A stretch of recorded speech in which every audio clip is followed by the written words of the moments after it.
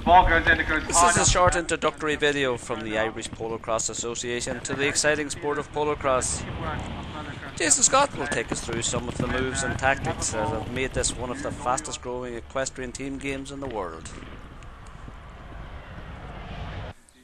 As the name implies, polocrosse is a combination of polo and lacrosse. It is a team sport played with 6 players per team, divided into 2 sections, 3 of which play together whilst 3 rest. Each segment of play is called a chukker, which is usually between 6 to 8 minutes long. The sections then rotate throughout the game, playing between 6 to 8 chukkers in total. We'll start off with the pitch. The standard polocrosse pitch is the same size as a soccer pitch. However, it can be played in smaller areas, such as an indoor or outdoor arena. The game is started by the 3 players lining up in the center of the field, starting with the number 1s up front, then the 2s, and finally the number 3s out the back. The umpire then throws the ball in down the center of the 2 teams, similar to a rugby line-out, and the game then starts up. Number 1 from the Hawtown team, Aiden McDonough. He flicks a little one to himself over the 30-yard line. He now has BJ Byrne in the number 3 position here for the Greens, trying to defend this goal. When a goal is scored, the players line up on the opposite side of the field and it all begins again. In order to score a goal, the attacking number 1 has to bounce the ball over the penalty line. The opposing number 3 is the only player allowed to defend the goals. The number 3 has to make life as difficult for the number 1 as possible, and the number 1's job is to try and outmaneuver the number 3 and get themselves in a scoring position. Now that we've learned a little bit about the game, Jason talks us through some of the plays.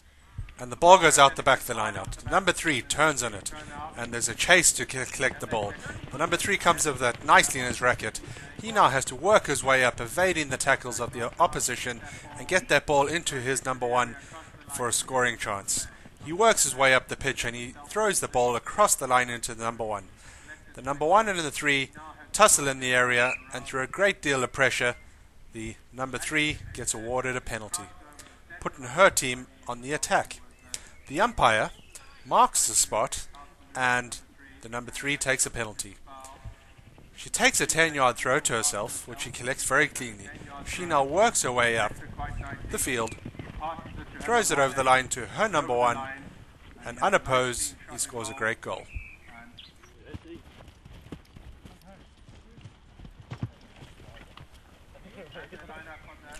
Unlike most equestrian sports, polocrosse is all about teamwork, with each team member having their own responsibilities. As you can see here, the number 2 very nicely picks the ball up out of the line-out. Now he, with the help of his teammates, has to get that ball into his number 1, the goal scorer.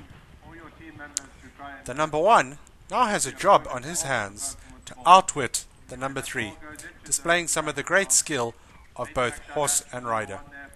With a few twists and turns, he finally gets the upper hand and scores a great goal. Basically in a game of cat and mouse to try and get into a position. Jason is the voice of polocrosse, and I quizzed him a little bit more about it. It's not as easy as it looks, is it? No, Wilson. In this particular video, I suppose the skills are being demonstrated by A-grade players, most of whom have played at international level. However, polocrosse